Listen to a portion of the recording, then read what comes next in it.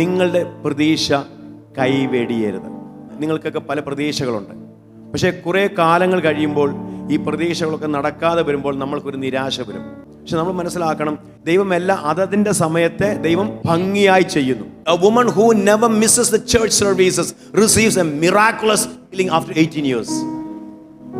18 വർഷം കൂനിയാ അവള്. പക്ഷെ ഒറ്റ ശാപത്ത് വിടത്തില്ല.